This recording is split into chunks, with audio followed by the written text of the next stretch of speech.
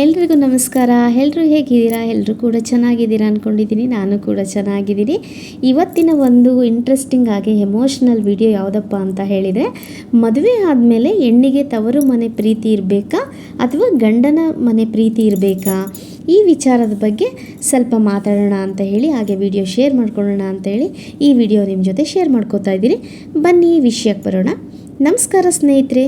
ಇಂದಿನ ವಿಡಿಯೋದಲ್ಲಿ ಪ್ರತಿಯೊಬ್ಬ ಹೆಣ್ಣು ಮಗಳು, ತಾಯಿ, ಅಕ್ಕ, ತಂಗಿ, ಗಂಡಸರು ಕೂಡ ಕೇಳಲೇಬೇಕಾದ ಒಂದು ಭಾವನಾತ್ಮಕ ವಿಷಯದ ಬಗ್ಗೆ ಮಾತನಾಡೋಣ. ಓಕೆ, ಮದುವೆ ಆದ ಮೇಲೆ ಹೆಣ್ಣಿಗೆ ತವರು ಮನೆ ಮುಖ್ಯನಾ, ಗಂಡನ ಮನೆ ಮುಖ್ಯನಾ?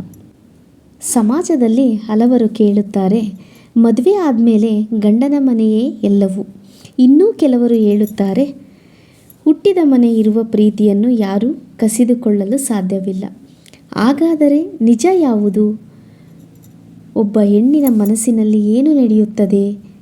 ಇವತ್ತಿನ ವಿಡಿಯೋದಲ್ಲಿ ಅದನ್ನೇ ತಿಳಿಯೋಣ. ತವರು ಮನೆಯ ನೆನಪುಗಳು. ಒಬ್ಬ ಹೆಣ್ಣು ಮಗು ಹುಟ್ಟಿದ ದಿನದಿಂದ ಬೆಳೆದು ಬಂದಿದ್ದು ತವರು ಮನೆಯಲ್ಲಿ. ಅವಳ ಮೊದಲ ಹೆಜ್ಜೆ, ಮೊದಲ ಮಾತು, ಮೊದಲ ನಗು, ಮೊದಲ ಕಣ್ಣೀರು ಎಲ್ಲವೂ ಆ ಮನೆಯಲ್ಲಿಯೇ.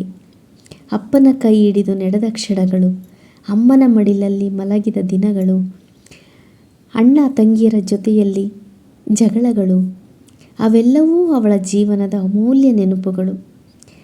ಆದ್ದರಿಂದ ಮದುವೆಯಾದ ಕೂಡಲೇ ಆ ಪ್ರೀತಿಯನ್ನು ಮರೆತು ಬಿಡು ಎನ್ನುವುದು ಸಾಧ್ಯವೇ?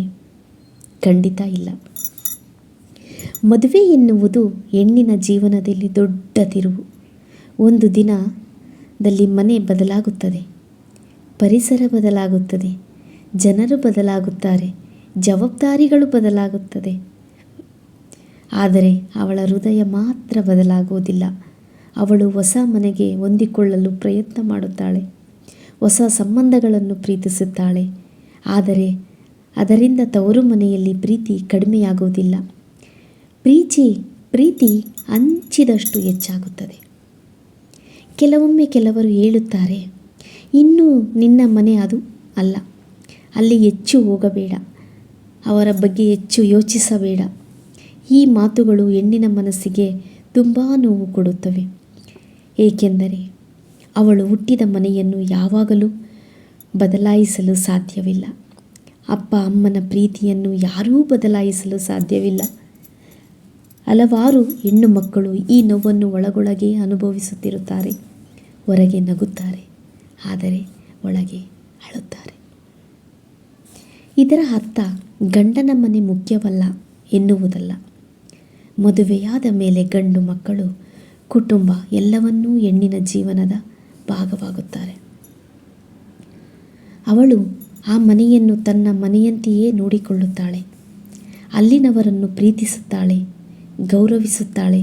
ಆದರೆ ಅದಕ್ಕಾಗಿ ತವರು ಮನೆಯನ್ನು ಮರೆತು ಬಿಡಬೇಕು ಎಂಬ ನಿಯಮ ಎಲ್ಲಿಯೂ ಇಲ್ಲ. ಹಾಗಾದರೆ ಪ್ರಶ್ನೆಗೆ ಉತ್ತರ ಏನು? ಹೆಣ್ಣಿಗೆ ತವರು ಮನೆ ಪ್ರೀತಿ ಇರಬೇಕಾ? ಹೌದು. ಗಂಡನ ಮನೆ ಪ್ರೀತಿ ಇರಬೇಕಾ? ಖಂಡಿತ ಹೌದು. ಹೆಣ್ಣಿನ ಹೃದಯ ದೊಡ್ಡದು. ಅವಳು ಎರಡೂ ಮನೆಯನ್ನು ಪ್ರೀತಿಸಬಹುದು, ಎರಡೂ ಕುಟುಂಬಗಳನ್ನು ಸಂತೋಷವಾಗಿಡಬಹುದು. ಪ್ರೀತಿ ಒಂದು ಕಡೆ ಕೊಟ್ಟರೆ ಇನ್ನೊಂದು ಕಡೆ ಕಡಿಮೆಯಾಗುವುದಿಲ್ಲ. ಒಬ್ಬ ಹೆಣ್ಣು ಮದುವೆಯಾದ ನಂತರ ಎರಡು ಮನೆಗಳ ನಡುವೆ ಬದುಕುತ್ತಾಳೆ. ಒಂದು ಮನೆ ಅವಳಿಗೆ ಜನ್ಮ ಕೊಟ್ಟಿದೆ, ಇನ್ನೊಂದು ಮನೆ ಅವಳಿಗೆ ಹೊಸ ಜೀವನ ಕೊಟ್ಟಿದೆ. ಆದ್ದರಿಂದ ಅವಳನ್ನು ಅರ್ಥ ಮಾಡಿಕೊಳ್ಳಿ. ಅವಳ ತವರು ಮನೆ ಪ್ರೀತಿಯನ್ನು ತಪ್ಪಾಗಿ ಅರ್ಥೈಸಬೇಡಿ. ಅವಳು ಎರಡು ಕುಟುಂಬಗಳ ಸಂತೋಷಕ್ಕಾಗಿ ಬದುಕುವ ದೇವತೆಯಂತಿರುತ್ತಾಳೆ. ಈ ವಿಷಯದ ಬಗ್ಗೆ ನಿಮ್ಮ ಅಭಿಪ್ರಾಯ ಏನು ತಿಳಿಸಿ. ಮದುವೆಯಾದ ನಂತರ ಹೆಣ್ಣಿಗೆ ತವರು ಮನೆ ಪ್ರೀತಿ ಇರಬೇಕಾ, ಗಂಡನ ಮನೆ ಪ್ರೀತಿ ಇರಬೇಕಾ, ಅಥವಾ ಎರಡೂ ಸಮಾನವಾಗಿರಬೇಕಾ? ನಿಮ್ಮ ಅಭಿಪ್ರಾಯ ಏನೆಂದು ತಿಳಿಸಿ. ಹಾಗೆ ಇದ್ರ ಜೊತೆ ಇನ್ನೊಂದು ವಿಚಾರ ಶೇರ್ ಮಾಡ್ಕೊಳ್ಳೋಣ ಅಂತ ಹೇಳಿ, ಇನ್ನು ಮದುವೆ ಆದಮೇಲೆ ಈ ಎರಡೂ ಮನೆ ಅಂದರೆ ತವರು ಮನೆ ಹಾಗೆ ಗಂಡನ ಮನೆ ಎರಡೂ ಪ್ರೀತಿಗಿಂತ, ಎಲ್ಲ ಪ್ರೀತಿಗಿಂತ ಗಂಡನ ಪ್ರೀತಿ ಯಾಕೆ ಮುಖ್ಯ? ಹೌದು ಸ್ನೇಹಿತರೆ, ತವರು ಮನೆಯ ಪ್ರೀತಿ ಅಮೂಲ್ಯ. ಅಪ್ಪ ಅಮ್ಮನ ಪ್ರೀತಿಗೆ ಬೆಲೆ ಕಟ್ಟಲು ಸಾಧ್ಯವಿಲ್ಲ. ಹಾಗೆ ಕೂಡ ಗಂಡನ ಮನೆ ಪ್ರೀತಿಯೂ ಕೂಡ ತುಂಬ ಅಮೂಲ್ಯ, ಯಾರಿಗೂ ಬೆಲೆ ಕಟ್ಟಲು ಸಾಧ್ಯವಿಲ್ಲ. ಆದರೆ ಮದುವೆಯಾದ ನಂತರ ಒಬ್ಬ ಹೆಣ್ಣಿನ ಜೀವನದಲ್ಲಿ ಅತ್ಯಂತ ಮುಖ್ಯವಾದ ವ್ಯಕ್ತಿ ಯಾರು ಎಂದರೆ ಅವಳ ಗಂಡ. ಯಾಕೆಂದರೆ ಅಪ್ಪ ಅಮ್ಮ ನಮ್ಮನ್ನು ಒಂದು ಹಂತದವರೆಗೆ ಜೊತೆಯಾಗಿರುತ್ತಾರೆ, ಆದರೆ ಜೀವನದ ಕೊನೆಯವರೆಗೂ ಜೊತೆ ನಡೆಯುವುದು ವ್ಯಕ್ತಿ ಗಂಡ. ಸಂತೋಷದಲ್ಲಿ, ದುಃಖದಲ್ಲಿ, ಕಷ್ಟದಲ್ಲಿ, ಯಶಸ್ಸಿನಲ್ಲಿ ಎಲ್ಲ ಸಮಯದಲ್ಲೂ ಹೆಂಡತಿಯ ಜೊತೆಗೆ ಇರುವ ಸಂಬಂಧ ಗಂಡ ಹೆಂಡತಿಯ ಸಂಬಂಧ. ಈ ಹೆಣ್ಣಿಗೆ ತವರು ಮನೆಯವರ ಪ್ರೀತಿ ಸಿಗದಿದ್ದರೂ ಅವಳು ಬದುಕಬಹುದು, ಗಂಡನ ಮನೆ ಪ್ರೀತಿ ಸಿಗದಿದ್ದರೂ ಅವಳು ಬದುಕಬಹುದು. ಆದರೆ ಗಂಡನ ಪ್ರೀತಿ, ಗೌರವ ಮತ್ತು ಬೆಂಬಲ ಸಿಗದಿದ್ದರೆ ಅವಳ ಜೀವನ ತುಂಬ ಕಷ್ಟವಾಗುತ್ತದೆ. ಯಾಕೆಂದರೆ ಪ್ರತಿದಿನ ಅವಳ ಜೊತೆ ಇರುವ ವ್ಯಕ್ತಿ ಗಂಡ. ಪ್ರತಿದಿನ ಅವಳ ಮನಸ್ಸನ್ನು ಅರ್ಥ ಮಾಡಿಕೊಳ್ಳಬೇಕಾದ ವ್ಯಕ್ತಿ ಕೂಡ ಗಂಡ. ಒಬ್ಬ ಒಳ್ಳೆಯ ಗಂಡ ತನ್ನ ಹೆಂಡತಿಗೆ ಹೇಳುತ್ತಾನೆ, ನಿನ್ನ ತವರು ಮನೆಯನ್ನು ಪ್ರೀತಿಸು, ನಾನು ತಡೆಯುವುದಿಲ್ಲ, ಆದರೆ ನಿನ್ನ ಜೀವನದಲ್ಲಿ ನಾನು ಕೂಡ ಮುಖ್ಯ. ಈ ಮಾತು ಕೇಳಿದಾಗ ಹೆಂಡತಿಯ ಮನಸ್ಸಿನಲ್ಲಿ ಗಂಡನ ಬಗ್ಗೆ ಇನ್ನಷ್ಟು ಗೌರವ ಹೆಚ್ಚುತ್ತದೆ. ನಿಜವಾದ ಪ್ರೀತಿ ಎಂದರೆ ತವರು ಮನೆಯ ಪ್ರೀತಿಯನ್ನು ಬಿಡುವುದಲ್ಲ, ಗಂಡನ ಮನೆಯನ್ನು ದ್ವೇಷಿಸುವುದೂ ಅಲ್ಲ, ಆದರೆ ಮದುವೆಯ ನಂತರ ಜೀವನದ ಸಂಗಾತಿಗೆ ಮೊದಲ ಸ್ಥಾನ ಕೊಡುವುದು. ಯಾಕೆಂದರೆ ಗಂಡ ಹೆಂಡತಿಯ ಸಂಬಂಧವೇ ಕುಟುಂಬದ ಅಡಿಪಾಯ. ಆ ಅಡಿಪಾಯ ಗಟ್ಟಿಯಾಗಿದ್ದರೆ ಎರಡೂ ಕುಟುಂಬಗಳು ಸಂತೋಷವಾಗಿರುತ್ತದೆ. ತವರು ಮನೆ ಹೃದಯ ಬೇರು, ಗಂಡನ ಜೀವನದ ನೆರಳು. ಬೇರು ಇಲ್ಲದೆ ಮರ ಬೆಳೆಯುವುದಿಲ್ಲ, ನೆರಳು ಇಲ್ಲದೆ ಪ್ರಯಾಣ ಸುಲಭವಲ್ಲ. ಆದ್ದರಿಂದ ಎರಡೂ ಮುಖ್ಯ. ಆದರೆ ಮದುವೆಯ ನಂತರ ಜೀವನದ ಪಯಣದಲ್ಲಿ ಜೊತೆಯಾಗಿರುವುದು ಗಂಡನ ಪ್ರೀತಿ ಮತ್ತು ಬೆಂಬಲ ಹೆಣ್ಣಿಗೆ ದೊಡ್ಡ ಶಕ್ತಿ. ಹಾಗೆ ಇನ್ನೊಂದು ಮಾತು, ಗಂಡ ಮದುವೆಯಾದ ಮೇಲೆ ಗಂಡ ಅರ್ಥ ಮಾಡಿಕೊಳ್ಳದೇ ಇದ್ದಾಗ ಹೆಂಡತಿ ಅನುಭವಿಸುವಂಥ ನೋವುಗಳನ್ನು ಕೂಡ ತಿಳಿಯೋಣ. ಒಬ್ಬ ಹೆಂಡತಿಗೆ ಹಣ, ಆಭರಣ, ಸೌಕರ್ಯ ಎಲ್ಲದಕ್ಕಿಂತ ಹೆಚ್ಚಾಗಿ ಬೇಕಾಗಿರುವುದು ಏನು ಗೊತ್ತಾ? ತನ್ನ ಗಂಡನ ಅರ್ಥ ಮಾಡಿಕೊಳ್ಳುವ ಮನಸ್ಸು. ಗಂಡ ಅರ್ಥ ಮಾಡಿಕೊಳ್ಳದಿದ್ದಾಗ ಹೆಂಡತಿ ಒಂಟಿತನ ಅನುಭವಿಸುತ್ತಾಳೆ. 1000 ಜನರ ಮಧ್ಯೆ ಇದ್ದರೂ ಅವಳ ಮನಸ್ಸು ಖಾಲಿಯಾಗುತ್ತದೆ. ಹೆಂಡತಿ ದಿನವಿಡೀ ಎಷ್ಟೇ ಕೆಲಸ ಮಾಡಿದರೂ ಅವಳ ಶ್ರಮವನ್ನು ಯಾರೂ ಗಮನಿಸದಿದ್ದರೆ ನೋವಾಗುತ್ತದೆ.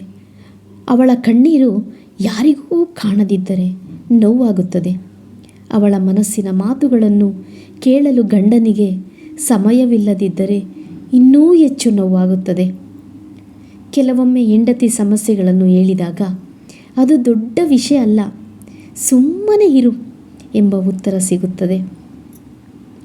ಆದರೆ ಅವಳಿಗೆ ಪರಿಹಾರಕ್ಕಿಂತ ಮೊದಲು ಬೇಕಾಗಿರುವುದು ಅರ್ಥ ಮಾಡಿಕೊಳ್ಳುವ ಹೃದಯ. ಒಬ್ಬ ಹೆಂಡತಿ ಹೊರಗೆ ನಗಬಹುದು, ಕುಟುಂಬದವರ ಮುಂದೆ ಸಂತೋಷವಾಗಿರುವಂತೆ ಕಾಣಬಹುದು, ಆದರೆ ರಾತ್ರಿ ಒಂಟಿಯಾಗಿ ಇದ್ದಾಗ ಅವಳ ಕಣ್ಣಲ್ಲಿ ಕಣ್ಣೀರು ಬರಬಹುದು. ಯಾಕೆಂದರೆ ಅವಳ ನೋವನ್ನು ಅರ್ಥ ಮಾಡಿಕೊಳ್ಳಬೇಕಾದ ವ್ಯಕ್ತಿಯೇ ಅವಳನ್ನು ಅರ್ಥ ಮಾಡಿಕೊಳ್ಳುತ್ತಿಲ್ಲ. ಹೆಂಡತಿಯ ಮನಸ್ಸನ್ನು ಗೆಲ್ಲುವುದು ಕಷ್ಟವಲ್ಲ. ಅವಳ ಮಾತನ್ನು ಸ್ವಲ್ಪ ಕೇಳಿ, ಅವಳ ಭಾವನೆಗಳಿಗೆ ಗೌರವ ಕೊಡಿ. ನಾನು ನಿನ್ನ ಜೊತೆ ಇದ್ದೇನೆ ಎನ್ನುವ ಒಂದು ಮಾತು ಹೇಳಿ, ಅಷ್ಟೇ ಸಾಕು. ಹೆಂಡತಿಗೆ ಗಂಡನಿಂದ ದೊಡ್ಡ ಉಡುಗೊರೆಗಳನ್ನು ನಿರೀಕ್ಷಿಸುವುದಿಲ್ಲ. ಅವಳು ಬಯಸುವುದು ಸ್ವಲ್ಪ ಪ್ರೀತಿ, ಸ್ವಲ್ಪ ಗೌರವ, ಸ್ವಲ್ಪ ಅರ್ಥ ಮಾಡಿಕೊಳ್ಳುವಿಕೆ. ಏಕೆಂದರೆ ಗಂಡ ಅರ್ಥ ಮಾಡಿಕೊಂಡಾಗ ಹೆಂಡತಿ ಸಂತೋಷವಾಗಿರುತ್ತಾಳೆ. ಆದರೆ ಗಂಡ ಅರ್ಥ ಮಾಡಿಕೊಳ್ಳದಿದ್ದಾಗ ಅವಳ ನಗು ಇದ್ದರೂ ಮನಸ್ಸು ಅರಳುತ್ತದೆ. ಈ ವಿಡಿಯೋದಲ್ಲಿ ನಿಮಗೆ ನಾನು ಹೇಳಿರುವಂತಹ ವಿಷಯ ಎಷ್ಟು ಅರ್ಥವಾಗಿದೆಯೋ ಇಲ್ಲವೋ ನನಗೆ ತಿಳಿದಿಲ್ಲ. ಆದರೂ ನಾನು ನನಗೆ ತಿಳಿದಷ್ಟು ನಿಮಗೆ ಅರ್ಥ ಮಾಡಿಸಲು ಈ ವಿಡಿಯೋದಲ್ಲಿ ಪ್ರಯತ್ನಿಸಿದ್ದೇನೆ. ಮದುವೆಯಾದ ಮೇಲೆ ಹೆಣ್ಣಿಗೆ ತವರು ಮನೆಯು ಅಷ್ಟೇ ಮುಖ್ಯವಾಗಿರುತ್ತದೆ, ಗಂಡನ ಮನೆಯೂ ಅಷ್ಟೇ ಮುಖ್ಯವಾಗಿರುತ್ತದೆ. ಅದಕ್ಕಿಂತ ಹೆಚ್ಚು ಗಂಡನ ಪ್ರೀತಿಯೂ ಕೂಡ ಅಷ್ಟೇ ಮುಖ್ಯವಾಗಿರುತ್ತದೆ. ಕೆಲವೊಂದು ಸಾರಿ ಕೆಲವೊಬ್ಬರು ಹೆಣ್ಮಕ್ಕಳ ಜೀವನದಲ್ಲಿ ತವರು ಮನೆ ಪ್ರೀತಿಯೂ ಕೂಡ ಇರುವುದಿಲ್ಲ, ಗಂಡನ ಮನೆಯ ಗೌರವ ಕೂಡ ಇರುವುದಿಲ್ಲ, ಗಂಡನ ಪ್ರೀತಿ ಏನೂ ಇರುವುದಿಲ್ಲ. ಕೆಲವೊಮ್ಮೆ ಅವಳು ಜೀವಂತವಾಗಿದ್ದರೂ ಸತ್ತ ಶವದಂತೆ ಜೀವನ ಮಾಡುತ್ತಿರುತ್ತಾಳೆ ಅಲ್ವಾ? ನಿಜ. ಆದರೆ ಅವಳಿಗೆ ಹೇಳ್ಕೊಳೋಕ್ಕೆ ನನ್ನವರು ಅಂತ ಯಾರೂ ಇರಲ್ಲ. ಈ ವಿಡಿಯೋ ಮಾಡಿದ ಉದ್ದೇಶ ಇಷ್ಟೇ, ಹೆಣ್ಣಿಗೆ ಎರಡೂ ಮನೆ ಪ್ರೀತಿ ಮುಖ್ಯ, ಎರಡೂ ಮನೆ ಪ್ರೀತಿಗಿಂತ ತನ್ನ ತಾಳಿ ಕಟ್ಟಿದ ಗಂಡನ ಪ್ರೀತಿ ತುಂಬ ಮುಖ್ಯ ಅಂತ ಹೇಳಿ. ಸೊ ಇನ್ನು ಮುಂದಿನ ವಿಡಿಯೋ ಏನಂದರೆ, ತವರು ಮನೆಯಲ್ಲಿ ಗಂಡನ ಹತ್ತಿರನೂ ಹೇಳ್ಕೊಳಕ್ಕಾಗದೆ ಕೆಲವೊಂದು ಸಮಸ್ಯೆಗಳನ್ನು ಹೆಣ್ಮಕ್ಳು ಅನುಭವಿಸ್ತಾ ಇರ್ತಾರೆ. ಸೊ ಗಂಡನ ಹತ್ರನೂ ಹೇಳ್ಕೊಳಕ್ಕಾಗಲ್ಲ, ಹೇಳ್ಕೊಳ್ಳೋದಕ್ಕೆ ತವ್ರ ಮನೆ ಕೂಡ ಇರೋದಿಲ್ಲ. ಯಾಕೆ ಅಂದರೆ ನಿರ್ಲಕ್ಷಿಸುವಂತಹ ಕೊಟ್ಟ ಹೆಣ್ಣು ಕುಲಕ್ಕೆ ಹೊರಗೆ ಅನ್ನುವಂತಹ ತವರು ಮನೆಯನ್ನು ಅವಳು ಹಣೆಬರದಲ್ಲಿ ಪಡೆದಿರ್ತಾಳೆ. ಸೊ ಹಾಗಾಗಿ ನಾನು ನೆಕ್ಸ್ಟು ಯಾವ ರೀತಿ ಎಲ್ಲ ತವ್ರ ಮನೆ ಪ್ರೀತಿ ಸಿಗದೇ ಇದ್ದಾಗ ಏನೆಲ್ಲ ಅನುಭವಿಸ್ತಾಳೆ, ಹಾಗೆ ಗಂಡನ ಮನೆ ಪ್ರೀತಿ ಸಿಗದೇ ಇದ್ದಾಗ ಏನೆಲ್ಲ ಕಷ್ಟಗಳನ್ನು ಅನುಭವಿಸ್ತಾಳೆ ಅಂತ ತಿಳಿಸ್ತೀನಿ. ಹೆಚ್ಚಾಗಿ ಹೆಣ್ಮಕ್ಳಿಗೆ ಗಂಡನ ಮನೆ, ತವರು ಮನೆ, ಗಂಡ ಎಲ್ಲರ ಪ್ರೀತಿನೂ ತುಂಬಾ ಮುಖ್ಯ ಆಗುತ್ತೆ ಅಲ್ವಾ? ನೀನು ಮೂರನೇ ವ್ಯಕ್ತಿ ಅಂತ ಇಲ್ಲಿ ಕೊಟ್ಟೆ ಹೆಣ್ಣು ಅಂತ ಹೆಣ್ಣಿಗೆ ನನ್ನದೇ ಮನೆ ಅಂತ ಇರೋದಿಲ್ಲ ಅಲ್ವಾ? ಹೆಣ್ಣಿಗೆ ನನ್ನದೇ ಮನೆ ಅಂತ ಸಿಗುವುದು ಸತ್ತ ಗೋರಿಯಲ್ಲಿ 6 ಅಡಿ 3 ಅಡಿ ಜಾಗದಲ್ಲಿ. ವಿಡಿಯೋ ಏನು ಅನ್ನಿಸ್ತು ಅಂತ ಕಮೆಂಟ್ ಬಾಕ್ಸಲ್ಲಿ ಕಮೆಂಟ್ ಹಾಕಿ. ಸೊ ವಿಡಿಯೋ ಇಷ್ಟ ಆಗಿದ್ದರೆ ಲೈಕ್ ಆ್ಯಂಡ್ ಶೇರ್ ಮಾಡಿ. ಸೊ ನನಗೆ ಅನಿಸಿದ ಒಂದು ಭಾವನೆಗಳನ್ನು ಹಂಚಿಕೊಂಡಿದ್ದೇನೆ ಅಷ್ಟೇ. ಹಾಗೆ ಎಲ್ಲವನ್ನೂ ಫೇಸ್ ಮಾಡ್ತಾ ಯಾವುದನ್ನೂ ಹೇಳ್ಕೊಳಕ್ಕಾಗ್ದೇ ತುಂಬ ಕಷ್ಟಗಳನ್ನು ಕೆಲವೊಬ್ಬರು ಹೆಣ್ಮಕ್ಳು ಫೇಸ್ ಮಾಡ್ತಾ ಇರ್ತಾರೆ.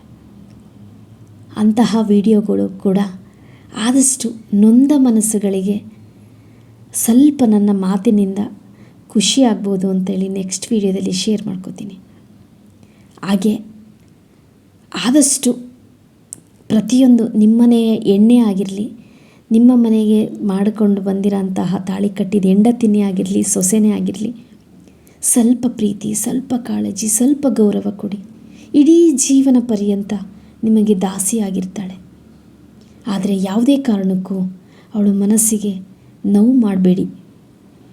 ನೋವು ಮಾಡಿದರೆ ತಡ್ಕೊಳೋಂಥ ಶಕ್ತಿ ಯಾವ ಹೆಣ್ಣಿಗೂ ಕೂಡ ಇರುವುದಿಲ್ಲ. ಸೊ ಹಾಗಾಗಿ ಹೆಣ್ಣನ್ನು ಪ್ರೀತಿಸಿ. ನೀವು ಎಷ್ಟು ಪ್ರೀತಿ ಕೊಡ್ತೀರೋ ಅದರ 2 ಪ್ರೀತಿ ಹೆಣ್ಣು ಕೊಡ್ತಾಳೆ. ಇದೇ ನನ್ನ ಕೊನೆಯ ಮಾತು.